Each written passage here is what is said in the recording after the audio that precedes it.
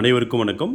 இன்றைக்கி வரலையும் எஸ்ஜிடிக்கான சிவி வந்து இந்த கடந்த 3 நாட்களாக வந்து நல்லபடியாக முடிஞ்சிச்சு. இன்றைக்கி சிவியில் எந்த மாதிரிலாம் ஆப்சன்டீஸ் இருந்துச்சு, எந்த மாதிரிலாம் பிரச்சனைகள் வந்து இருந்துச்சுன்றது தான் இந்த வீடியோவில் வந்து பார்க்க போகிறோம். இந்த வீடியோவில் வந்து போகிறதுக்கு முன்னாடி இதுவரையும் நம்ம சேனலை நீங்கள் சப்ஸ்கிரைப் பண்ணலைன்னா சப்ஸ்கிரைப் பண்ணிக்கோங்க. உங்களுக்கு தேவைப்பட்டால் மட்டும் நிச்சயமாக பயனுள்ள தகவல்களை மட்டும் தான் வந்து கொடுப்போம். ஓகேங்களா?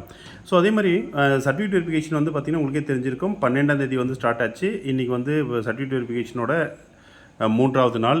ஓகேங்களா? நார்மலாக வந்து அவன் விட்ட சிவிக்கு கடைசி நாள். இன்னும் ஒரு கூடுதலாக ஒரு 21 பேருக்கு வந்து நேற்று வந்து சர்டிஃபிகேட் வெரிஃபிகேஷன் வந்து விட்டுருக்காங்க. அது உங்களுக்கு தெரிஞ்சிருக்கும். ஸோ அவங்க வந்து என்றைக்கு வந்து போகணுன்னா இந்த 16/5/2025 அதாவது நாளை மறுநாள் வந்து சிவிக்கு வந்து அவங்கள வந்து கூப்பிட்ருக்காங்க. 21 பேர் அன்னைக்கு வந்து லாஸ்ட்டாக ஆன்லைனில் பதிவேற்றத்தின் அடிப்படையில் 5ஆம் தேதியிலிருந்து 8ஆம் தேதி வரையும் ஆன்லைனில் வந்து ஏதாவது தவறுகள் இருந்தால் அப்லோட் பண்ண சொல்லியிருந்தாங்க. ஸோ அதில் வந்து ஆன்லைனில் அப்லோட் பண்ண வகையில் 21 பணி நாடுனர்களை வந்து மறுபடியும் வந்து சிவிக்கு வந்து கூப்பிட்ருக்காங்க. ஸோ இது லேட்டஸ்ட்டான செய்தி. இது எல்லாருக்குமே வந்து உங்களுக்கு எல்லாருக்கும் தெரிஞ்சிருக்கும். ஸோ இன்றைக்கி சிவியில் என்ன நடந்துச்சு இன்றைக்கி வந்து பார்த்திங்கன்னா உங்களுக்கு தெரிஞ்சிருக்கும். இன்றைக்கி நிறைய அதாவது வந்து இந்த விஷுவலி இம்பேர்டு இன்றைக்கி அதிகமாக போயிருப்பாங்க.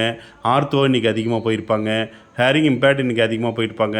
அதே மாதிரி வந்து இந்த கோட்டாஸ் எல்லாம் இன்றைக்கி வந்து அதிகமான ஸ்டூடெண்ட்ஸ் வந்து போயிருந்தாங்க. இன்றைக்கி சிவியில் நம்ம ஸ்டூடெண்ட் வந்து உங்களுக்கே தெரிஞ்சிருக்கு 27 பேர் இன்றைக்கான சிவியை வந்து அட்டன் பண்ணாங்க. அதாவது ஃபஸ்ட் நாள் வந்து 82 பேர் போனாங்க. செகண்ட் நாள் வந்து நேற்று வந்து 79 பேர் போனாங்க. இன்றைக்கி வந்து பார்த்திங்கன்னா வந்து 27 பேர் வந்து சிவிக்கு வந்து போயிருந்தாங்க. ஸோ டோட்டலாக வந்து நம்ம ஸ்டூடெண்ட் வந்து சிவி அட்டன் பண்ண நம்ம ஸ்டூடெண்ட்டோட எண்ணிக்கை வந்து பார்த்திங்கன்னா 188. ஓகேங்களா? ஸோ இன்றைக்கி போனதில் நம்ம ஸ்டூடெண்ட்ஸ் சொன்ன தகவலின் அடிப்படையில் தான் இந்த வீடியோங்க. ஒவ்வொரு நாளுமே நம்ம ஸ்டூடெண்ட்ஸ் சொல்கிற அடிப்படையில் தான். ஏன்னா நம்ம அங்கே ஸ்ட்ரெயிட்டாலாம் எதுவும் போல் ஸ்டூடெண்ட்ஸ் சொன்ன அடிப்படையில் தான். காலையில் வந்து கேட்டதில் வந்து பார்த்திங்கன்னா வந்து இன்றைக்கி ஒரு சில தகவல்கள் வந்து என்னென்னா குரூப் 4ல் செலக்ட் ஆன நிறைய கேண்டிடேட்ஸ் வந்து இன்றைக்கி வந்து வந்திருந்தாங்க. அதாவது வந்து மதியம் சிவி ஆகட்டும், அதே மாதிரி மார்னிங் சிவி ஆகட்டும், பரவலாகவே அந்த 4 சென்டர்லையுமே வந்து குரூப் 4 கேண்டிடேட் வந்து அதிகமாக இருந்தாங்க சார். ஒரு சில ரூமில் 3 பேர் 4 பேரெல்லாம் குரூப் 4 கேண்டிடேட் வந்து இருந்ததாக வந்து தகவல்கள் வந்து சொன்னாங்க. ஓகேங்களா? குரூப் 4னால் ஆல்ரெடி குரூப் 4ல் வந்து ஜாபில் வந்து ஒர்க் பண்ணக்கூடியவங்க. அதே மாதிரி வந்து பார்த்திங்கன்னா யூஜிடிஆர்பி இப்போ மார்னிங்கே எங்கள் ஸ்டூடெண்ட் வந்து சொன்னாங்க. அதே மாதிரி வந்து பார்த்திங்கன்னா ஈவினிங்கும் ஆஃப்டர்நூன் பேட்ச்லேயும் வந்து எங்கள் ஸ்டூடெண்ட்டு வந்து போய் அட்டன் பண்ணதில் வந்து சொன்னாங்க, சார் யூஜி டிஆர்பியில் பாஸ் பண்ணவங்கள பரவலாக எங்களால் பார்க்க முடிஞ்சிச்சு. எங்களுடைய ரூம்லேயே வந்து ஒருத்தர் இருந்தாங்க, 2 பேர் இருந்தாங்க. அதிகபட்சமாக சொல்ல பட் ஆனால் ஒரு சென்ட்ரலில் ஒரு 10 to 15 பேர் வரலையுமே வந்து யூஜி டிஆர்பியில் செலக்ட் ஆனவங்க இன்றைக்கி வந்து அட்டன் பண்ணியிருக்காங்க. அதாவது வந்து மார்னிங் செஷன் ஆகட்டும், ஆஃப்டர்நூன் செஷன் ஆகட்டும். ஆல்ரெடி நாம் சொல்லியிருந்தோம். இப்போ எங்கள் ஸ்டூடெண்ட்டே வந்து பார்த்திங்கன்னா 12 பேர் வந்து யூஜி டிஆர்பியில் வந்து செலக்ட் ஆகியிருக்காங்க. அதாவது ஜிடிலே வந்துட்டாங்க அவங்க எல்லாருமே. அவங்க யாருமே கவுன்சிலிங் வந்து வரல. ஏன்னா நம்ம ஆல்ரெடி ஒரு வீடியோவே போட்டிருந்தோம். அதாவது யூஜி டிஆர்பி நிச்சயமாக உங்களுக்கு ஜாப் கிடைக்க போகுது. அதனால் வந்து எஸ்ஜிடியில் வந்து பங்கேற்காதனால வந்து அடுத்து இருக்கிறவங்களுக்கு வந்து வெரிஃபிகேஷனோ இல்லை வந்து அடுத்து இருக்கிறவங்களுக்கு வந்து போஸ்டிங்கோ வந்து கிடைக்கும்னு சொல்லி வந்து ஒரு வீடியோவே போட்டிருந்தோம். எல்லாமே பார்த்துருப்பீங்க. அதன் அடிப்படையில் எங்கள் ஸ்டூடெண்ட்கிட்டையும் நாங்கள் நேரில் பேசணும். அதனோட அடிப்படையில் வந்து எங்கள் ஸ்டூடெண்ட் வந்து யாருமே அந்த செலக்ட் ஆன யாருமே வந்து கவுன்சிலிங் வந்து வரல. ஆனால் மற்றவங்க வந்து வந்திருக்காங்க. சரி ரைட், நான் செலக்ட் ஆகியிருக்கேன், கஷ்டப்பட்டு படித்தேன், நான் போய் அட்டன் பண்ணுறதுல என்ன தவறுன்னு சொல்லி அவங்க நினச்சிருக்கலாம். அவங்களுடைய பாயிண்ட் ஆஃப் வியூவில் அது சரிதான். இருந்தாலும் பொதுவாக வந்து நம்ம யோசிக்கிறதுக்குள்ள வந்து அந்த பணியிடங்கள் வந்து வேறவங்களுக்கு வந்து போகக்கூடிய பணியிடங்கள் நம்ம ஆல்ரெடி செக்யூர் ஆகிட்டோம், சேஃப் ஆகிட்டோம் அப்படின்றக்குள்ள வந்து அடுத்தவங்களுக்கு விட்டு தந்திருக்கலாம். ஒன்றும் பிரச்சனை இல்லை. ஏன்னா இது இப்போ நீங்கள் வந்து பார்த்தீங்கன்னா இது வந்து ஒரே டைமில் வந்து நடந்த எக்ஸாமாக இருந்தாலும் அதை யூஜி டிஆர்பி தனியாக நடந்துச்சு. பட் ஒரே சேம் இயர். அதே மாதிரி வந்து எஸ்ஜிடி வந்து தனியாக வந்து நடந்துச்சு. ஒரே டைமில் வந்து நடந்த எக்ஸாமாக இருந்தாலும் இப்போ வந்து பார்த்திங்கன்னா கன்சிடர் பண்ணனாங்களா. இப்போ 2012 எக்ஸாம் நடந்துச்சு. 2012 வந்து பார்த்திங்கன்னா ஜூலையில் நடந்த எக்ஸாமில் பேப்பர் 1 பேப்பர் 2 ரெண்டுமே வந்து 72 பேர் வந்து பாஸ் பண்ணியிருந்தாங்க. அந்த 72 பேருக்கும் வந்து ஒரே ஒரு ஆர்டர் தான் வந்துச்சு. அதாவது வந்து பேப்பர் 1 பேப்பர் 2 ரெண்டுமே பாஸ் பண்ணவங்களுக்கு ஒரே ஆர்டர், பேப்பர் 2ஓட ஆர்டர் மட்டும் தான் வந்துச்சு.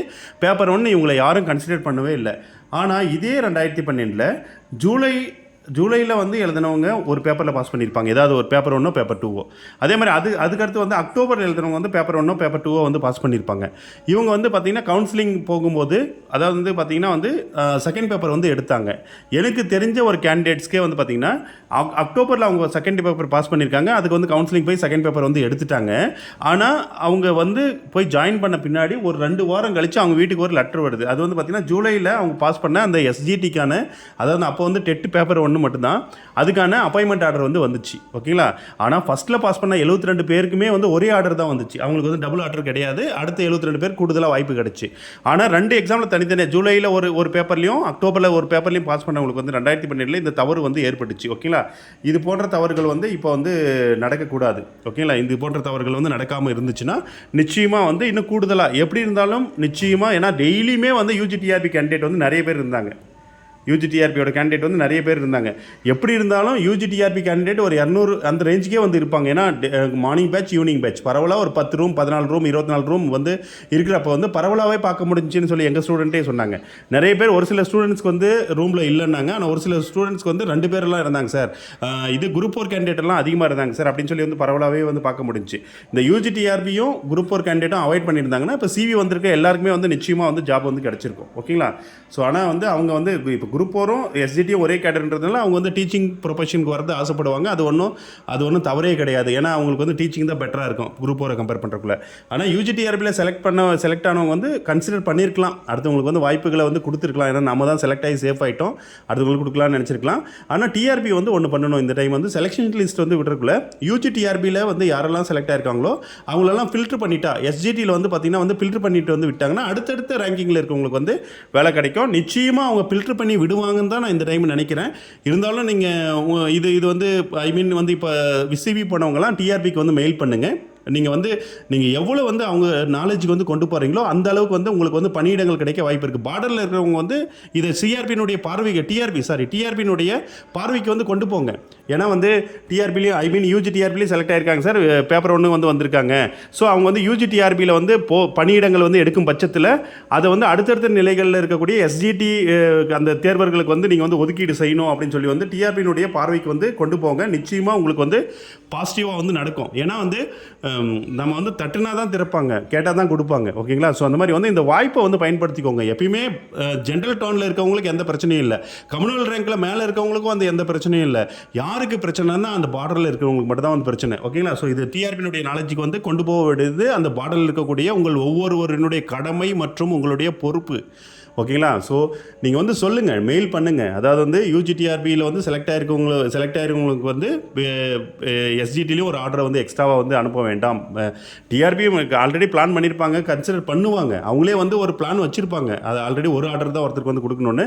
ஏதோ தவறுதெல்லாம் நடக்கிற 2 வேறு எக்ஸாமாக நடந்துச்சு. ஏன்னா ஜூலை 12 நடந்த எக்ஸாம் ஒரே நாள் நடந்துச்சு. மார்னிங் ஒரு பேப்பர் 1, ஆஃப்டர்நூன் வந்து பேப்பர் 2. ஓகேங்களா?